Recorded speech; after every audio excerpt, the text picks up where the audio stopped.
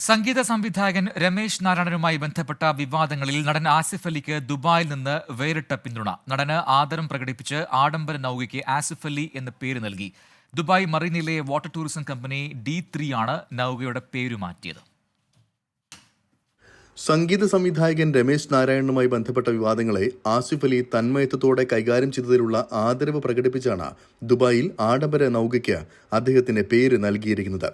Dubai മറീനയിലെ water tourism company D3 ആണ് നൗകയുടെ പേര് മാറ്റിയത്. മുൻപുണ്ടായിരുന്ന പേര് മാറ്റി ബോട്ടിന് ആസിഫ് അലി എന്ന പേര് നൽകിക്കഴിഞ്ഞു.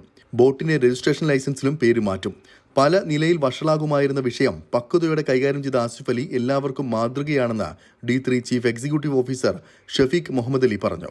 വിഷയം വർഗീയമായടക്കം ആളുകൾ കൈകാര്യം ചെയ്തപ്പോൾ ആസിഫ് അലി എടുത്ത നിലപാട് നിർണായക ഘട്ടങ്ങളിൽ മനുഷ്യർ എങ്ങനെയാണ് പെരുമാറേണ്ടത് എന്ന് കാണിച്ചു തന്നുവെന്നും ഷഫീഖ് കൂട്ടിച്ചേർത്തു.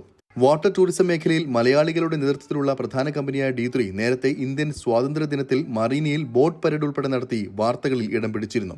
24 ദുബായ്.